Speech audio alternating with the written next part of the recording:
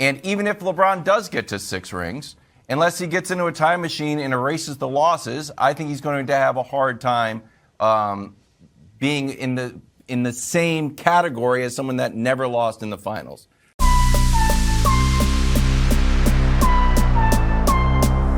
All right, old school NBA fans, self-research, NBA facts.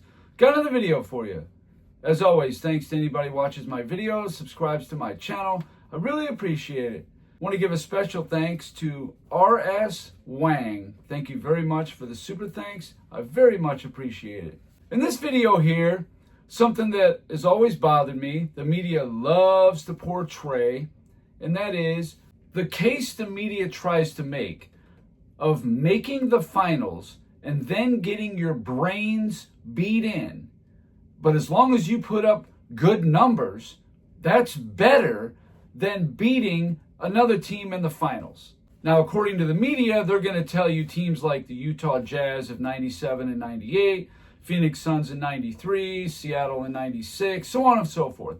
All of Michael Jordan's finals competition, they were all bums. They were nobodies. But LeBron James went up against the 2014 Spurs, who no one's ever going to convince me were better than the Jazz of 97 and 98. You're just not going to convince me of that. The 2015 Golden State Warriors, these teams might have had good records, but the health of the league was not there. Compared in the late 90s, Seattle, the Lakers, Houston, San Antonio, there were some really good teams in the West in that time.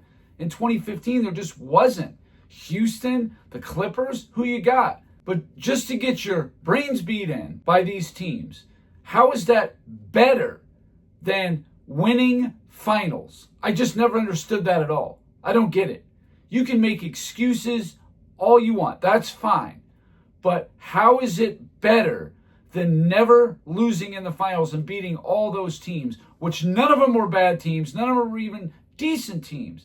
And I'm going to show you some other all-time greats that their finals competition was definitely nothing to write home about, but for some reason they never get mentioned because they're not Michael Jordan, which I always found hilarious. Let me give you some context of what I'm talking about with these media clowns. If you look at the 16 LeBron and MJ finals appearances, and we ranked all of the opponents, the 7 hardest belong to LeBron James. In an NBA Finals, and you literally looked at him and said, yo, he ain't show up. He didn't even play nobody. Come on. Let me ask you a question. I'm going to do you like this here. Sure. Tell me the guy that he faced that was the equivalent of Kevin Durant. He beat Magic for his first title. Magic was 73. Clyde Drexler and the crew, the second title. Charles Barkley, Kevin Johnson, don't ignore that. Dan Marley and them, the third title. Good okay, team. okay. Peyton, the glove, with Sean Kemp before he became that's Sean one Kemp. Hall of Famer. And then also you've got Karl Malone, John Stockton. Yeah. Since this started to be a debate, LeBron has done the following in the NBA Finals, and God knows all that counts is the NBA Finals. We can show it to you. Since we started the debate, what has LeBron done? Well, we can show you the numbers, I think. He averaged a triple-double in the Finals, and then the next year, he averaged another triple-double, and 2018, if you remember, was when he had the 8 40-point games, the 2 buzzer beaters, and the single greatest game anyone has ever played, the 51-8-8 in Game 1. And then he won another championship. So he can lose the next 4 championships. He's still a GOAT. Is that what you're saying? If that man get that 12, makes no sense. If the man get to 12 straight finals, yes. where did they done that at? But it's not even about the Yankees, winning. Not even the Yankees or the It's Twins about did that. winning. But anyway, Stan, you know that. So there you heard it. This is the way they feel. Michael Jordan beating Magic Johnson or Portland Trailblazers or the Phoenix Suns. That is not as impressive as losing in 5 to a Spurs team who destroyed you, or the 17 and 18 Warriors who destroyed you, or the 15 or the 07 Spurs destroying you. That is more impressive than beating these teams. Doesn't make sense to me either. But let me give you some all-time grades here. The teams that Shaquille O'Neal beat in the finals, not just played, but beat. Indiana in 2000, they won in 6. They were a 56 and 26 team. Indiana outscored the Lakers by 1.9 points per game. Their simple rating system rating, which I don't understand SRS at all, because some of these teams on here are really good teams with low ratings, and other teams that I'm like scratching my head, huh? They got higher ratings. And I'll show you what I mean. 0-1 Philly, they beat them in 5. Another 56 in 2016. They beat them by 6.8 points a game. The 0-2 Nets, they swept them, beating them by 9.2 points a game. 0-6 Dallas, when Shaq was on Miami, they were a 60 and 22 team. They only beat them by 1 point per game. Now, to me, that's not really that great of finals teams that you beat. Michael Jordan beat much better teams than Shaquille O'Neal did in the finals. Now, you can argue the conference finals, the semifinals, that's all fine and good. Although Michael Jordan played some pretty good teams there too, that's fine and good. That's probably more of an actual conversation. But finals victories, there is no question that Michael Jordan beat better teams than Shaquille O'Neal. How about Tim Duncan? He beat a 27 and 23 Knicks team, a 49-win Nets team. Detroit, actually pretty good team in 05. Detroit outscored San Antonio by 2.2 points per game, but their SRS is 3.31. Weird.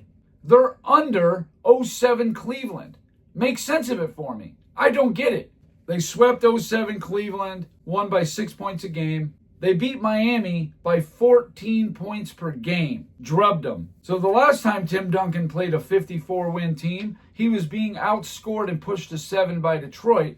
But somehow, because it's a LeBron James team in Miami, oh, well, he averaged 27, 28 points a game. Oh, yeah, he had good numbers. Hakeem Olajuwon, this one's really strange to me.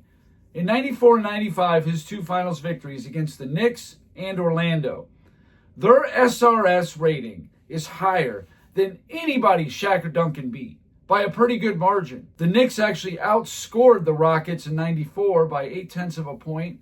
And then the Rockets outscored Orlando in 95 by 7 points. Wilt Chamberlain, his 2 teams, you'd think they were bums, beat the 67 Warriors in 6 games by 6.7 points a game. Their simple rating system is 2.58.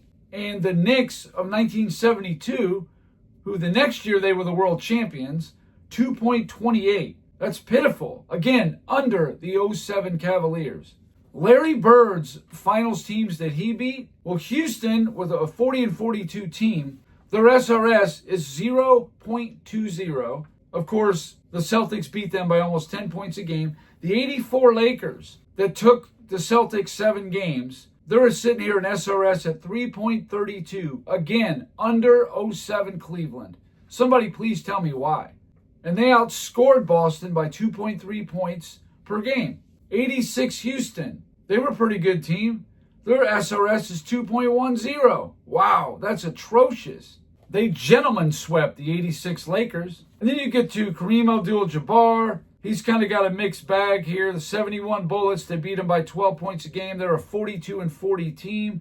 You can see their SRSs. 1980 76ers, not bad, to beat them by 5 per game. 82 76ers by 2/10. They beat Boston in 85 and 87, almost identical SRS. A 63-win Boston team with 6.46 is under the 94 Knicks. I don't get it. Kobe Bryant, his finals competition, the teams he beat in the finals, just like Shaq, the same teams except for Orlando in 09 and Boston in 2010. Well, according to the SRS, Orlando, far and away the best team he ever beat in the finals, and they're about as good as the 85 and 87 Boston Celtics. That makes no sense. Magic Johnson basically has Kareem Abdul-Jabbar's, same thing. Bill Russell, according to SRS, beat nothing but bum team, even though he got pushed to 6 and 7 games on the regular in the finals. 57 St. Louis, they have a negative SRS. So does 59 Minneapolis. They beat them by double digits, of course, but St. Louis in 60 and 61, they're under 3 here. 62-63 Lakers, 1.9, 4.1 points per game. The rating is 1.8, 2.67. The 64 Warriors, 4.41. They're better than the 65, 66, 62, 63 Lakers? I don't believe that. So the best team they ever beat in the finals was the 68 Lakers. No way. 69 Lakers were the best team. Just none of this stuff makes any sense to me. You get to Michael Jordan's, his finals competition, and you compare it to all those other guys. His finals competition, according to SRS, Simple Rating System, the Lakers are at 6.73, Portland is at 6.94, Phoenix 6.27, Seattle 7.4, Utah 7.97. 98 Utah has the lowest rating at 5.73. I hope they aren't insinuating that that was the weakest team they played in the finals, because it was not. One of the strongest. They're saying 93 Phoenix and 98 Jazz are the weakest two. The 93 Suns tied the Bulls in total points scored in that series. There's no way they were the weakest team. And then you look at LeBron James, the teams that he lost to. In 2007, San Antonio, they got swept, but they only got beat by 6 points a game. Their SRS is 8.35. They're a 58-win team. They were the 3 seed. How? Why? They were far and away the best team, I looked it up, of 2007 of net rating and SRS. 2011 Dallas, no, they were nowhere near that. They're only at 4.41. No big deal. 2014, LeBron and Miami Heat lost by 14 points per game. That's about as bad as anybody's doing on here. 6 points a game by the 07 Spurs. 7.2 by the 15 Golden State Warriors. 6.8 by the 17 Warriors. And that's because they won one game by like 22 points. And then 15 points a game by the 18 Warriors. Now, people that want to make the case that LeBron James just playing these teams because, oh, he put up good numbers and getting his doors blown off is somehow better than what Michael Jordan did by beating every one of these teams. And every one of these teams is at least very good, if not excellent. No, I wouldn't say they were all-time great, no. But they were very good teams. Above average finals runner-ups. No question. Now let me compare old LeBron James, because he gets all these flowers for getting his brains beat in by these teams in the finals. Why not Jerry West then? All I ever heard was, oh, Jerry West got beat 8 times in the finals. LeBron lost 6. And I realize he won 4 championships, but he also, we know, manufactured those teams to get most of those. One of them was a bubble. But you look at Jerry West. 1962 against Boston. They lost in 7 games, were outscored by 4.1 points per game. In 63, they lost in 6. They actually outscored Boston by 1.9 points per game.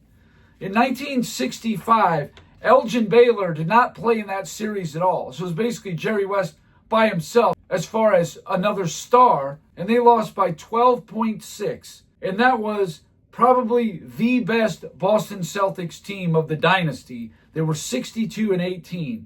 Then in 66, they lost in 7 by 3.5 points. In 68, they lost in 6 by 1.5. In 69, they actually outscored Boston by 0.4 points. Jerry West won Finals MVP. But all these series, with the exception of 65 where Elgin Baylor wasn't there, are much tighter than LeBron James's. 1970 against the Knicks, they're outscored by 0.9 points per game. They lose in 7. 1973, they lose in 5 games, but only by 3.8 points per game. And you look at LeBron's, every one of them is over 3.8 points per game, with the exception of the Dallas series. Every one of these. They're all 6 points or more, except for Dallas.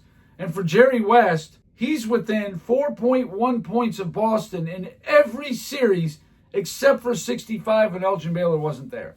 So I'll ask the question again. Why does LeBron James get more flowers, whatever you want to call it, for losing and losing badly to these teams in the finals, more so than Michael Jordan does for beating every team he played in the finals, and beat them pretty good in 6 games or less? Now, it wasn't always a drubbing, though. Every team was within 5.3 points per game of the Bulls. It was not a drubbing. But LeBron got drubbed. So LeBron's opponent whooped him way worse than the Bulls beat their opponents. Way worse. So why would LeBron get any kind of credit for that? Because he averaged 34, 9, and 9. I've heard all the stuff. You heard it earlier, Nick Wright and Shannon Sharp. Some of that was probably garbage points, and he's just playing for stats. A ball-dominant player. So what? What was Luka Doncic in the 24 finals? I bet he had good stats too. He's always got the ball in his hands. Or Jokic. Any one of those guys. That means nothing. But if we're going to give LeBron James all this credit, then you need to give more credit to Jerry West, because his teams was very competitive in those finals. He was more competitive against Boston and the New York Knicks, who had 4 and 5 top 75 players, than LeBron James did in his finals losses. Doesn't make any sense to me at all. The 2014 Spurs, they were better than the 65 Celtics. Really. Or the 2015 Warriors, they were better than the 1962, 63, 66 Boston Celtics. No way. No chance. And I'm not talking about who would win head-to-head. Like, yeah, who would win head-to-head in 2020? I'm talking about during their era, who was the more dominant team. And I say it's Boston all the way. Even though their series were a lot tighter, they were clearly the winner of that generation. Where Golden State needed to add Kevin Durant, where Boston was losing players. They lost Bill Sharman. They get John Havlicek, they immediately lose Bob Cousy. They get Bailey Howell, they lose Tom Heinsohn, Casey Jones, Frank Ramsey. They lose those guys. If somebody can make sense of it, please do. Put it in the comments. So anyway, that's all I got for this video. Thank you guys for watching. If you liked it, please hit the like button. If you wouldn't mind sharing it, that would be great. If you haven't subscribed already, please do. I give daily content, and that's it. Until next time.